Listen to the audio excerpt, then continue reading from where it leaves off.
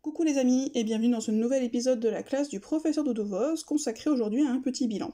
Puisque je fête mes 2 ans de jeu, pile poil aujourd'hui, donc je me suis dit que ça serait l'occasion de vous montrer où j'en suis actuellement dans le jeu, pour que vous puissiez voir au bout de 2 ans de jeu ce que l'on peut espérer lorsque l'on est free-to-play, avec un petit bémol, n'oubliez pas quand même que j'ai versé un petit peu d'argent notamment pour rembourser ma dette. Mais voilà, que vous puissiez voir un petit peu ce qu'on peut avoir après 2 ans de jeu. On peut, je pense, avoir bien mieux, on peut aussi avoir pire, donc en tout cas vous montrer un petit peu où j'en suis. J'en profiterai également pour vous donner un certain nombre d'astuces lorsque l'on est free-to-play pour essayer de progresser au mieux. Mais avant toute chose, je voulais faire un grand merci à mes petits stringés qui ont eu la gentillesse, il n'y a pas d'autre mot, hein, c'est vraiment adorable, de me faire cette jolie bannière que j'ai vue à mon réveil pour mes 2 ans de jeu. Donc voilà, je suis pas quelqu'un d'hyper expressif, mais ça m'a vraiment beaucoup touchée, donc je voulais vous remercier, parce que c'est vraiment super sympa, et remercier en premier lieu ceux qui ont fait cette bannière, à savoir Devil, Max, Clatu, Filou et Mumu. J'espère que j'en oublie pas, sinon vous aurez le droit de me fouetter, mais voilà, je trouve ça adorable.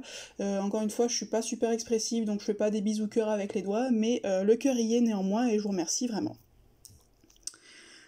Voilà, cette petite aparté étant faite, passons du coup voilà, un petit bilan, voir où j'en suis. Je vais vous montrer d'abord ma fiche de... non pas ma fiche de joueur, ma fiche de joueur. Pour voilà, donc comme vous pouvez le voir, j'ai fini la saison 1, la saison 2, la saison 3.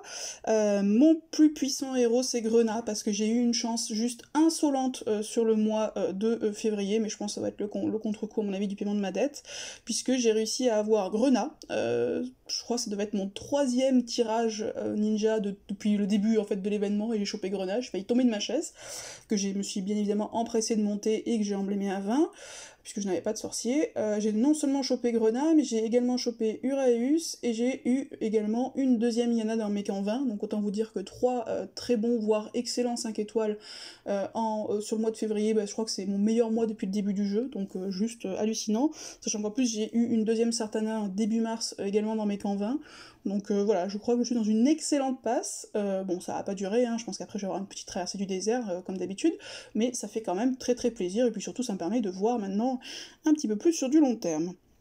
Sinon, mes trophées les plus élevés de 1970, bon j'avoue, enfin c'est pas quelque chose que... Enfin j'essaye pas forcément de performer là-dessus, les 1970 je les ai fait une nuit où en fait je crois que j'avais rempli mon coffre raid, et puis je me suis aperçu qu'en fait j'étais monté un petit peu haut, du coup j'ai claqué 2 flacons raid dans la foulée pour essayer de m'amuser un petit peu, donc voilà, peut-être que j'essaye de me booster un peu pour dépasser les 3000, je pense que quand même ça doit être à mon niveau maintenant, mais c'est vrai que c'est pas vraiment une priorité pour moi. Dégâts titans 90k, ça aussi c'est très moyen, hein, je pense qu'il y a on peut faire bien mieux, mais là aussi, moi sur les titans, c'est pas mon optique de faire des grosses frappes en utilisant des gros objets, parce que justement je suis free-to-play et que pour moi c'est extrêmement coûteux. Je préfère utiliser des petits objets et faire une moyenne constante sur les titans, une bonne moyenne, plutôt que de claquer des gros objets une fois, de faire une grosse perf, et puis après de faire plus grand chose derrière si j'ai plus d'objets. Donc voilà, 90k, encore une fois, je pense qu'on peut faire bien mieux. Plus puissant titan vaincu, c'était un 14 étoiles rare, puisque une fois dans la team on est passé de 12 étoiles directement à un 14 rare. Comme je ne laisse jamais passer un rare, du coup évidemment on se les fait, mais sinon en général dans la team on est plutôt sur des titans 12 et parfois 13. Bastion évidemment niveau 25, bon voilà. Et je suis actuellement donc niveau 70, étant précisé que j'ai pas fini de farmer Atlantide, donc il est fort possible que je passe niveau 71 aujourd'hui, ou peut-être dans la semaine en tout cas. Hop, au niveau de mes équipes, d'abord je vais vous montrer peut-être ma def, que j'ai pas remanié parce que j'avoue que j'ai boosté Grenat, enfin je l'ai monté un petit peu en speedrun pour la GDA. Pour l'instant elle est comme ça, donc voilà, je suis à 4689. Il est fort possible que je la change, j'ai pas encore trop réfléchi à la chose. J'aime pas bien avoir 2 soigneurs en def, je trouve que ça fait beaucoup. Mais bon, en jaune je suis un petit peu limitée. Grenat, en rouge j'ai pas trop le choix parce que mes seuls autres 5 étoiles rouges, c'est Grazul qui est pas emblémé, c'est... je vais y arriver, Aslar qui est très emblémé, mais bon, Aslar en dev c'est pas terrible, et Elena qui est un tout petit peu emblémé, mais pareil en dev c'est pas terrible, donc Grenat sera forcément dans ma def, donc du coup, quid de Vivica, c'est un peu ma question actuellement. Sachant qu'en jaune, j'ai Uraeus, mais qui je peux pas trop emblémer puisqu'il est sorcier comme Grenat, et donc je lui ai mis les emblèmes que je pouvais, mais pour l'instant j'en ai plus. Et Léonidas, qui lui pour le coup est bien emblémé, Mais bon, bah c'est Léonidas, donc c'est pas terrible. J'aurais June, je pense que j'aurais fait le switch. Là, avec Léonidas, je ne sais pas. J'y ai pas encore trop réfléchi, mais ça pourrait évoluer. En tout cas, voilà à peu près ma def actuellement. Pour mes monos, du coup, d'attaque en GDA. Là, vous voyez mon mono jaune, qui a sérieusement pris un énorme coup de boost grâce à Uraeus, que je trouve génial, en fait. J'aime beaucoup, beaucoup ce héros. Je pensais, quand j'avais fait la description pour une vidéo, là, je m'étais dit qu'il serait sympa, et honnêtement, il est vraiment très très sympa, donc j'aime beaucoup. Ça, c'est mon mono jaune, donc comme vous voyez, ça, quand même, je trouve qu'un petit peu, ça commence à avoir de la gueule, mais... Par contre, je manque cruellement de troupes mana. En jaune, il m'en faudrait d'autres. Pour l'instant, je chope que des troupes critiques, puisque je dois en avoir 7 en jaune, mais pas de troupes mana. Donc ça, c'est un peu la difficulté. Après, en vert, pour l'instant, j'ai ce mono-là. Tac, voilà.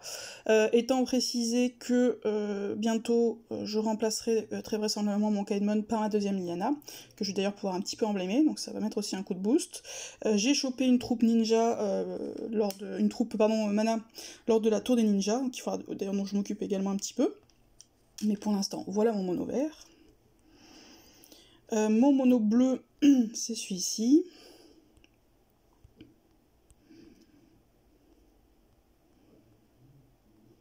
Tac. Et alors là, après, ça dépend. Si j'ai besoin d'un dispel, ce qui est en général le cas, j'utilise Sonia. Sinon, je mets Missandra à cette place-là, mais en général, c'est plutôt Sonia. Donc le voilà. Pareil, j'ai eu énormément de chance sur les tirages troupes lors de la dernière tour ninja, donc également en février, puisque comme vous pouvez le voir, j'ai non seulement chopé une troupe mana bleue, mais également 2 troupes ninja. Donc ça, c'est juste top. Donc voilà mon mono bleu qui est bien sympa, avec de temps en temps Sonia qui est remplacée par Missandra si je n'ai pas besoin de dispel. Mon mono rouge, alors là pareil avec Grenage, je suis pas encore tout à fait au point. On va dire que ça va être à peu près ça. Sachant qu'il va falloir que je change un petit peu mes troupes et notamment que je les monte. Parce que du coup elles sont plus au point. Mais bon, il faudra que je retravaille un petit peu tout ça, j'avoue que j'ai pas fait pour l'instant. Bon, on va dire ça à peu près comme ça, peu importe. Les troupes, ça sera retravaillé, mais voilà actuellement mon mono. Je l'ai pas encore utilisé, hein, puisque lors de la dernière GDA, ma Grena était encore pas montée, donc pas suffisamment montée, donc je l'avais mis plutôt en T6.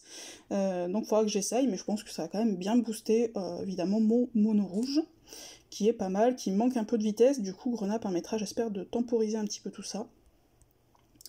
Mon mono violet, c'est celui-ci.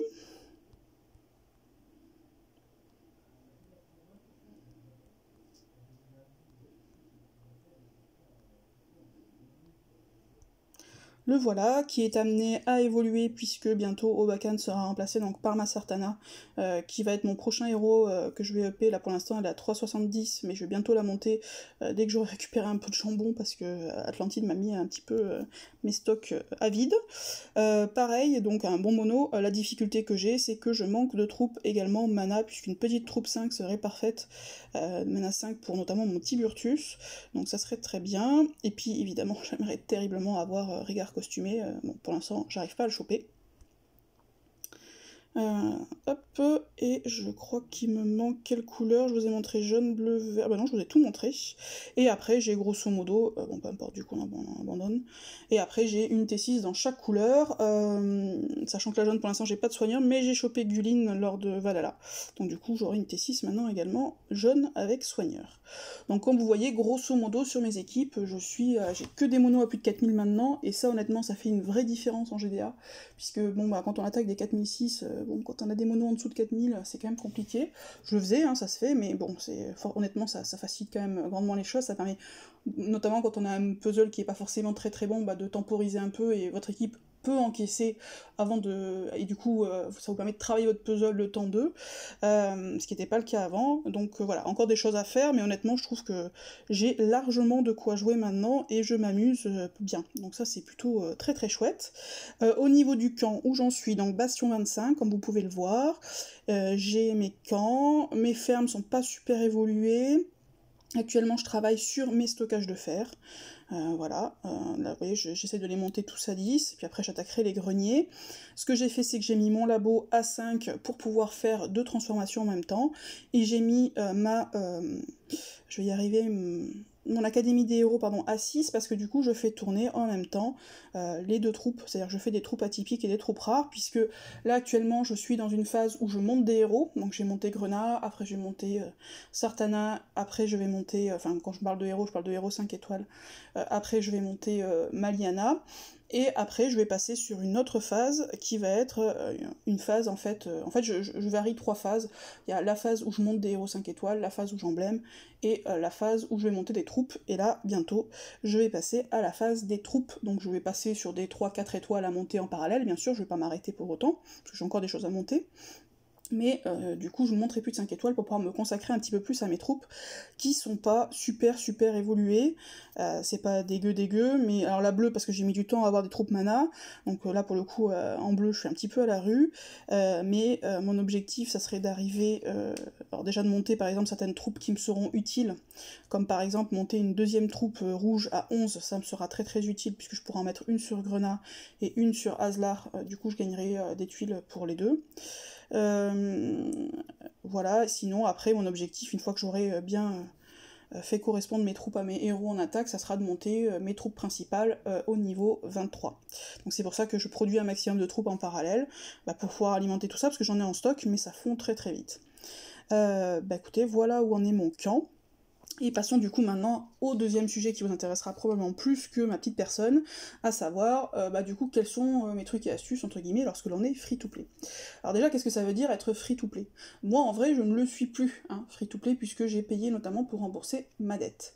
Un free-to-play c'est tout simplement quelqu'un qui ne met pas du tout d'argent dans le jeu et qui joue du coup sans rien. Certaines personnes se considèrent comme free-to-play par exemple parce qu'elles prennent juste le pass VIP, mais pour être très honnête le pass VIP ça fait une différence juste énorme quand vous l'avez par rapport à quelqu'un qui ne l'a pas. Donc quand on en prend par exemple juste le pass VIP et éventuellement un petit peu le pass par exemple courage ou autre, là on est plutôt cheap to play, mais on n'est pas free to play. Qu'est-ce que ça veut dire du coup être free to play? Ça veut dire déjà que vous allez avoir beaucoup moins de gemmes et donc beaucoup moins d'invocations. Ça implique quoi du coup? Ça implique notamment que vous choisissez bien les portails où vous faites vos invocations. C'est-à-dire que là où, en général, vos petits camarades vont invoquer à tout va, un peu sur tout et n'importe quoi, vous, va falloir que vous choisissiez les héros qui vous intéressent et du coup que vous gardiez, entre guillemets, soit vos gemmes, soit vos jetons divers et variés, pour cette occasion-là. Par exemple, moi, sur les events, vous voyez, j'en suis où ? J'en suis à 98 pièces défi, pour la simple et bonne raison qu'en fait, je n'utilise plus mes pièces défi que sur les gardiens, puisque ce sont les héros qui m'intéressent, et donc j'ai invoqué lors des précédents gardiens, bon j'ai pas eu ce que je voulais, peu importe, j'avais gardé mes jetons, et là du coup je garde tous mes jetons pour les gardiens suivants, donc c'est un peu long parce qu'en plus ça a été décalé à cause de la Ligue des Vauriens, mais donc ça sera du coup en mai et non pas en avril, mais je garde tout, puisque j'essaye de maximiser mes chances d'avoir ce que je veux, et c'est pas en faisant un tirage par-ci, un tirage par-là que vous allez pouvoir avoir ce que vous voulez. Donc n'hésitez pas à garder pareil vos gemmes, va falloir que vous réfléchissiez en fait sur quel portail les utiliser. Moi ce que je fais, ce que je pense qui est intéressant, on a tous envie d'avoir des 5 étoiles, évidemment. Maintenant, encore une fois, quand on est free-to-play, le fait est que on a moins de chances lorsque l'on fait des tirages. Alors vous allez me dire que les chances sont les mêmes pour tous, mais déjà d'une part on fait moins de tirages, donc par définition, moins de tirages, ça veut dire moins de chances d'avoir des 5 étoiles. Au-delà de ça, je suis pas persuadée que les statistiques soient exactement les mêmes pour les free-to-play et les autres, mais ça c'est un vaste débat auquel on n'aura probablement jamais de réponse, puisqu'on n'a pas accès à nos statistiques de jeu. Mais bref, moi, au début, effectivement, je me disais, je regardais les portails qui m'intéressaient avec les 5 étoiles qui m'intéressaient. J'ai changé d'optique depuis. Maintenant, ce que je fais, en fait, c'est que j'invoque sur les portails où il y a des 4 étoiles qui m'intéressent. Parce que les chances de choper des 5 étoiles sont quand même faibles. Vous avez beaucoup plus de chances de choper des 4 étoiles, ce qui veut dire que du coup, vous avez beaucoup plus de chances de choper quelque chose qui vous intéresse. Par exemple, typiquement pour les events, honnêtement, les fables de Grimbois, je dis n'importe quoi, Alice, c'est un event avec des 5 étoiles que je trouve géniaux, honnêtement, et c'est top, il y a plein de 5 étoiles d'Alice qui m'intéressent. Sauf que par contre, les 4 étoiles d'Alice m'intéressent pas du tout. Donc je n'invoque pas sur Alice, puisque les chances que je chope un héros d'event, 5 étoiles, bon j'en ai jamais chopé d'ailleurs, sont quand même extrêmement faibles. Alors que j'invoque sur les gardiens, pourquoi ? Parce qu'il y a Faucon et il y a Chacal en 4 étoiles qui sont juste extra, et j'espère... Alors j'ai déjà Faucon, mais j'en voudrais bien un deuxième notamment pour les titans mythiques, et surtout j'aimerais beaucoup avoir Chacal, que je n'ai pas pour l'instant. Pour les titans, je pense que c'est juste une tuerie. Voilà, c'est pour ça que moi j'invoque sur les gardiens, et puis en plus il y a des 5 étoiles aussi très intéressants.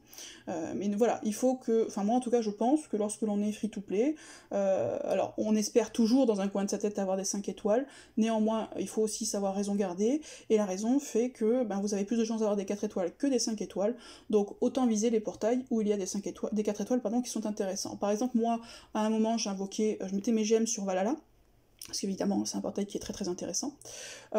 Sauf que le problème c'est que sur Valhalla, j'ai chopé tous les 4 étoiles qui m'intéressaient sauf un, Almur, malheureusement, que j'aimerais vraiment beaucoup beaucoup avoir, mais que je n'ai pas. Et du coup, actuellement, même les chances d'avoir Almur, puisqu'il faut prendre le pourcentage de chance, divisé par le nombre de 4 étoiles existants, les pourcentages de chance au final que je chope Almur sur Valhalla, maintenant, sont quand même très faibles. Donc j'ai arrêté d'invoquer sur Valhalla, puisque tous les autres tirages 4 étoiles ne m'intéressent pas, et un tirage 5 étoiles, ça reste malheureusement assez hypothétique, très hypothétique. Donc du coup, maintenant je vais... alors je pense que d'abord je vais invoquer et utiliser mes gemmes probablement sur les costumes, parce qu'il y a beaucoup de costumes 4 étoiles que je n'ai pas et qui m'intéressent. Évidemment les costumes de 5 étoiles sont très intéressants aussi, et après peut-être sur la saison 4, rabattre là-dessus. Pour l'instant j'ai pas trop analysé les héros de la saison 4 dont on a vu un petit peu les premières ébauches. Mais voilà, encore une fois, vous avez moins d'invocations, vous avez moins de chances de choper des 5 étoiles, donc n'hésitez pas à privilégier les portails où il y a de bons 4 étoiles qui vous intéressent, parce que un bon 4 étoiles, ça fait une vraie différence dans une équipe. Et puis après, si vous avez un 5 étoiles, j'ai envie de dire, c'est que du bonus, donc ça sera très bien. Autre chose, du coup, comme vous avez moins de gemmes et moins d'invocations, le principe étant, alors je prends par exemple celui-ci, que comme vous pouvez le voir, évidemment, quand vous faites vos invocations par 10 ou par 30, ça coûte moins cher. Donc du coup, vous allez économiser des gemmes.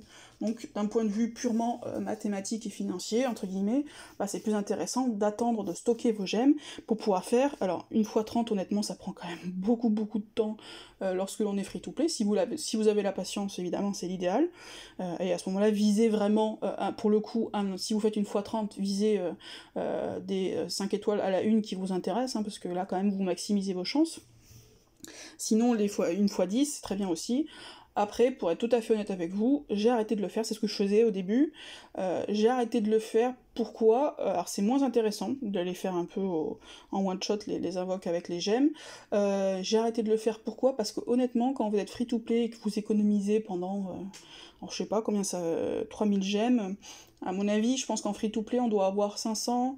peut-être 600 gemmes par mois, ça, je suis pas sûre, quelque chose comme ça. Bon ça veut dire grosso modo que vous économisez pendant bien 6 mois. Moi ça m'est arrivé plusieurs fois d'avoir des x10 avec rien d'intéressant, c'est-à-dire soit que des 3 étoiles, soit éventuellement que des 3 étoiles et une Nixu. Autant vous dire que quand vous économisez 6 mois et que vous chopez ça, ce qui est un tirage, je pense que beaucoup de pay to win ont également, sauf que quand ça fait 6 mois que vous patientez pour ça, et que vous êtes impatient de pouvoir faire votre tirage et que vous n'avez rien, honnêtement je trouve que ça met un énorme coup au moral. Donc c'est idiot, c'est qu'un jeu et ça, voilà, on s'en fiche au final, mais ça mettait quand même un coup au moral, donc je me suis dit tant pis, ça sera moins optimisé, mais je vais faire mes invoques au one shot, et au moins je me dis si je fais que 5 invoques, c'est normal que je chope rien parce que j'ai fait que 5 invoques, et ça me entre guillemets démoralise moins. Mais idéalement, évidemment, il faudrait grouper vos invocations, après libre à vous de faire comme vous le souhaitez. Sinon, ce qui est intéressant également de faire, c'est d'essayer de coupler de grosses invocations avec des héros du mois qui vous intéressent. On voit passer à l'avance les héros du mois, enfin nous on a déjà le héros du mois suivant, et encore je crois les 2 mois encore supplémentaires, donc on doit avoir avril, mai et juin actuellement.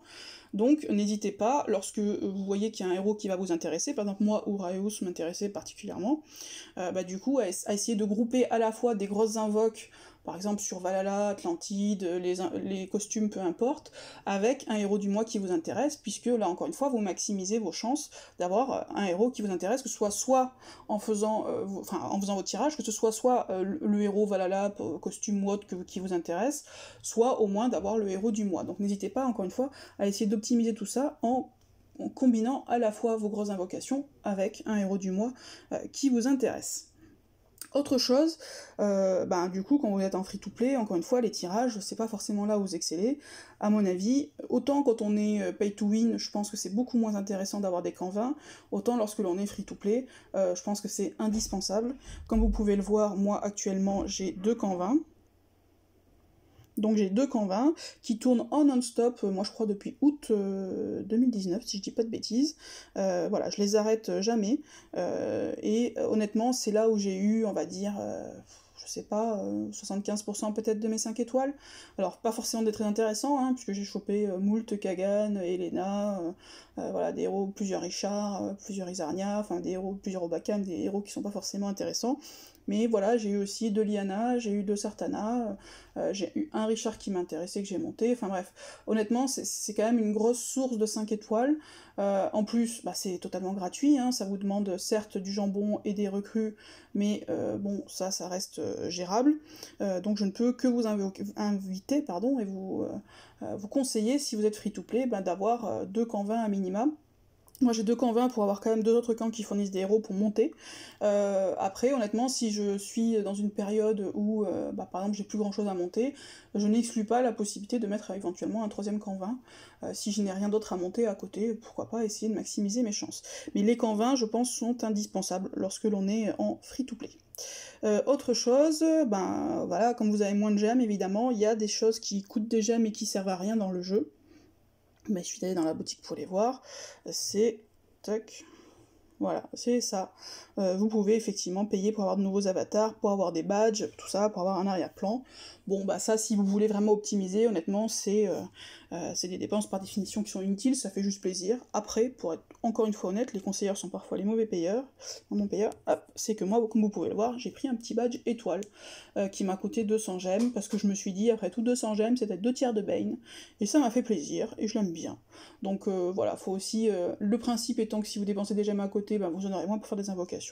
Après, des fois, il faut aussi savoir se faire un petit peu plaisir, puisque une invoque à 300 gemmes peut vous rapporter un Bane qui ne vous fera pas du tout plaisir, et moi, ma petite étoile, je la vois tous les jours, et elle me fait plaisir. Mais bon, idéalement, évidemment, il faut éviter de dépenser trop de sous dans les avatars, les badges, les trucs comme ça. Moi, là où j'ai dépensé de l'argent, c'est pour faire de la place. Ici, vous voyez, capacité d'euros, je suis à 150 parce que j'en avais besoin. Par contre, ce que je n'ai pas fait non plus, c'est que j'ai que 5 équipes, j'en ai pas rajouté. Même si ça serait plus simple pour moi en termes d'organisation, j'ai estimé que c'est quelque chose qui n'était pas fondamentalement utile. Enfin, ça peut être utile, mais qui n'est pas en tout cas indispensable. Et donc, je ne me suis pas rajouté d'équipe parce que ça coûte aussi des gemmes. Il y a les rename également. Bon, moi, vous avez un rename gratuit, mais un seul. Pour l'instant, j'ai pas fait. Je sais pas si peut-être qu'un jour je ferai. Je sais pas, on peut toujours imaginer un rename, mais voilà, ça c'est pareil, c'est 500 gemmes sinon. Donc c'est encore une fois, c'est des dépenses inutiles qui sont... voilà, après à vous de voir où vous voulez mettre vos gemmes, mais si vous voulez en tout cas essayer d'optimiser au mieux, c'est pas forcément là le plus intéressant, ou mettre des gemmes. Ensuite, donc... Être free-to-play, c'est avoir moins de gemmes et donc moins d'invocations, mais c'est également avoir un camp qui est beaucoup moins avancé, ce qu'on oublie souvent. Et du coup, comme vous pouvez le voir, moi j'ai des bâtiments qui sont pas forcément tous montés, hein, évidemment, même certains sont assez peu montés. Vous voyez, je suis à la bourre un peu sur mes stockages, notamment de jambon, bon, bref, peu importe, ça va venir petit à petit. Comment essayer d'optimiser du coup son camp? Déjà la première chose à faire, c'est essayer d'avoir un roulement en fait non-stop sur vos bâtiments. Vous voyez là, du coup mon camp va se finir, je suis en train de monter un stockage là actuellement, il va se finir dans 2 jours et 7 heures, du coup je vais pouvoir immédiatement relancer autre chose puisque ça va pas finir de nuit. Donc je fais notamment toujours attention à ce que mes bâtiments ne finissent pas de nuit. Comme ça, ils finissent en journée, hop, je peux en relancer immédiatement un. Donc je regarde, vous voyez, typiquement comment je fais, je fais comme ça, hop, je regarde, améliorer, 5 jours et 22 heures, je regarde quelle heure il est, je me dis, ça passe, ok, je vais pouvoir monter celui-ci. Admettons, celui-là, je me dis, oula, 5... non, c'est la même chose, je suis bête. Admettons, je dis n'importe quoi, cette ferme-là...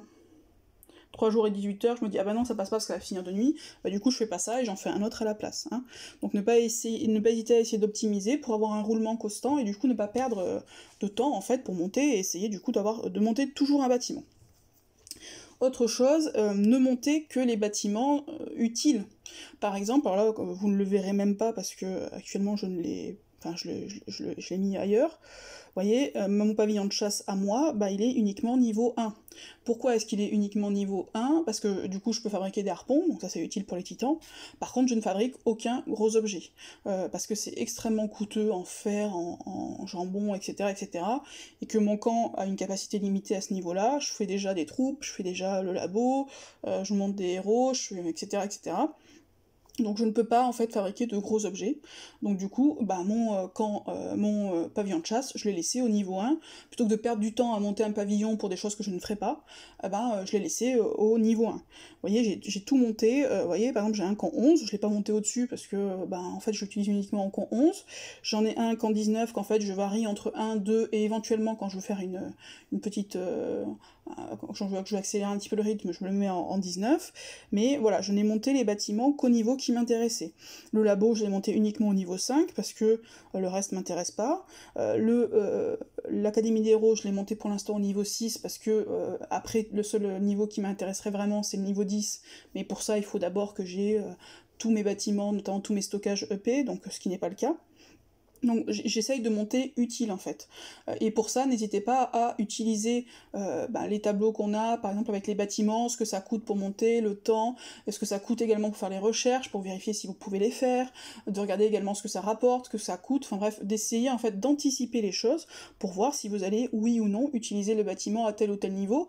Si c'est pas le cas, le montez pas pour l'instant et faites autre chose, tant que vous avez des choses à faire, bien évidemment. Après, si vous n'avez plus rien à faire, faites-le également. Mais tant que vous avez d'autres choses à faire plus intéressantes, ne montez pas les bâtiments, notamment qui demandent beaucoup de temps, laissez-les plutôt de côté pour plus tard. Après, encore une fois, comme vous avez un camp qui est peu évolué, c'est ce que je vous ai dit, moi ce que je fais en fait, c'est que j'alterne différentes phases. Des phases où je monte des 5 étoiles, des phases où je monte des troupes, et des phases où j'emblème. Parce que, encore une fois, vous n'aurez pas du jambon et du fer en illimité, c'est déjà pas le cas des pay to win, mais c'est encore moins le cas des free to play, puisque vous avez un camp qui est moins évolué. Donc il est nécessaire de varier, parce que vous pourrez pas tout mener de front. Si vous menez tout de front, en fait, vous ferez rien vraiment.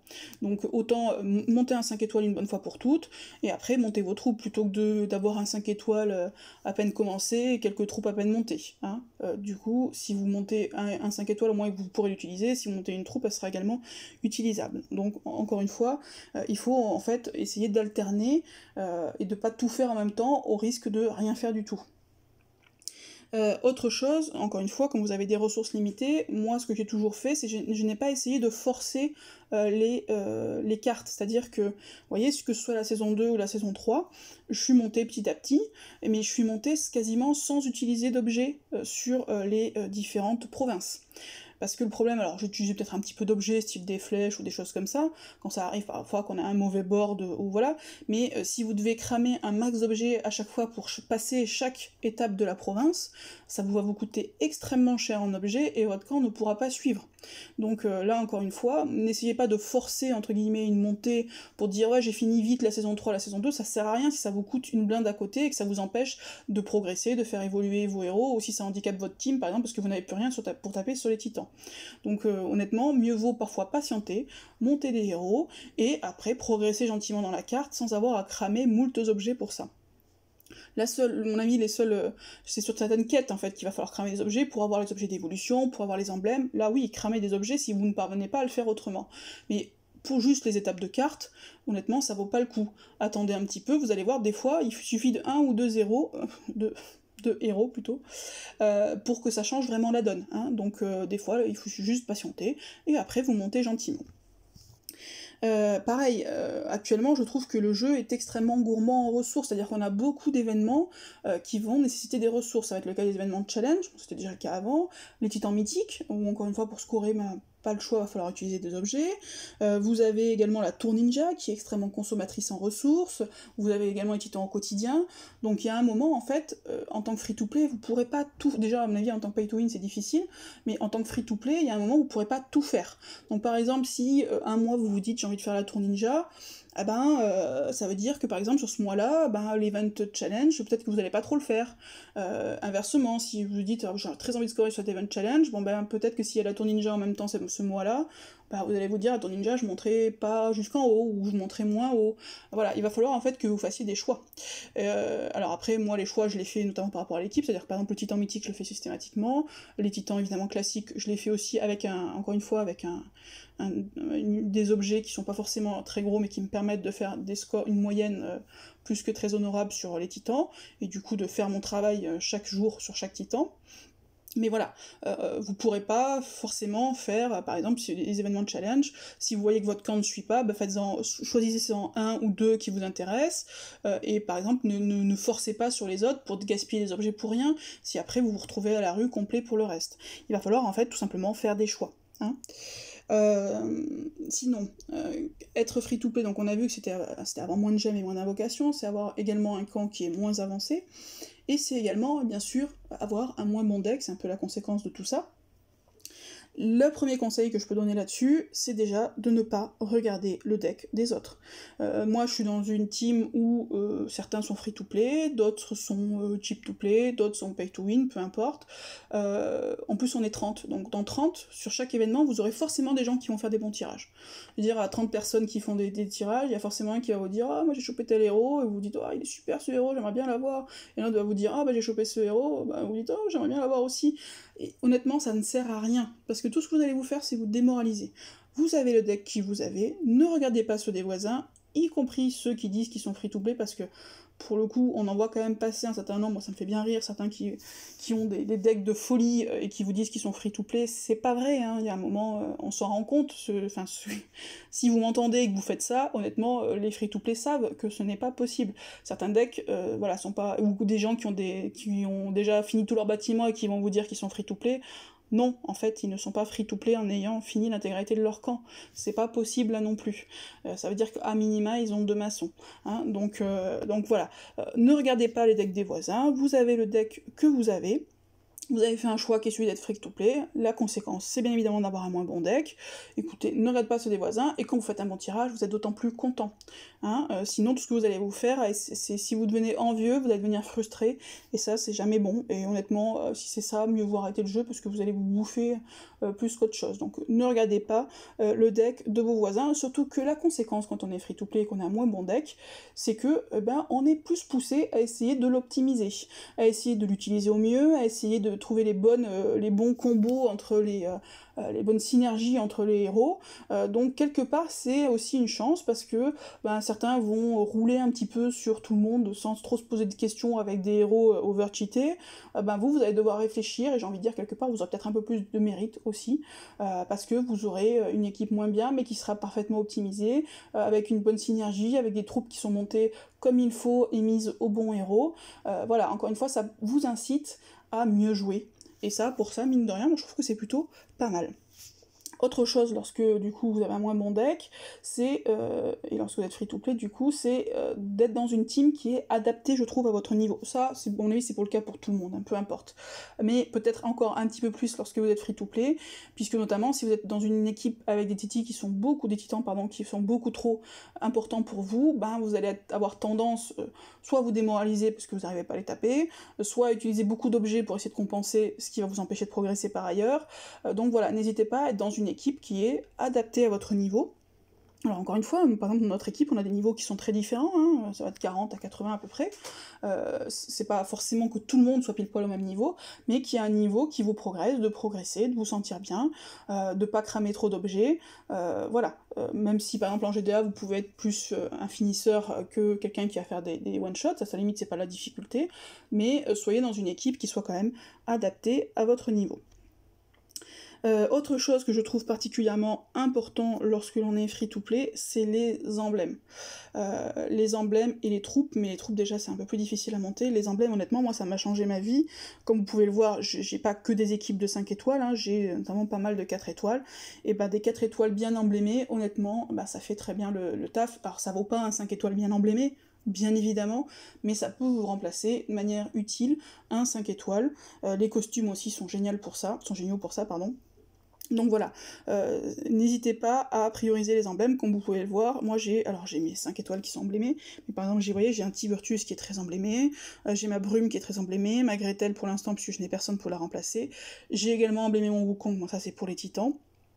Vous voyez, j'ai emblémé tous mes soigneurs quasiment à fond, Mélandor, Kirill, Boldusk, etc. J'ai une Scarlett costumée et qui est très emblémée aussi. Alors là, pour le coup, c'est parce qu'elle a des stats d'attaque de fou, donc elle me sert sur Titan et elle me sert pour les events.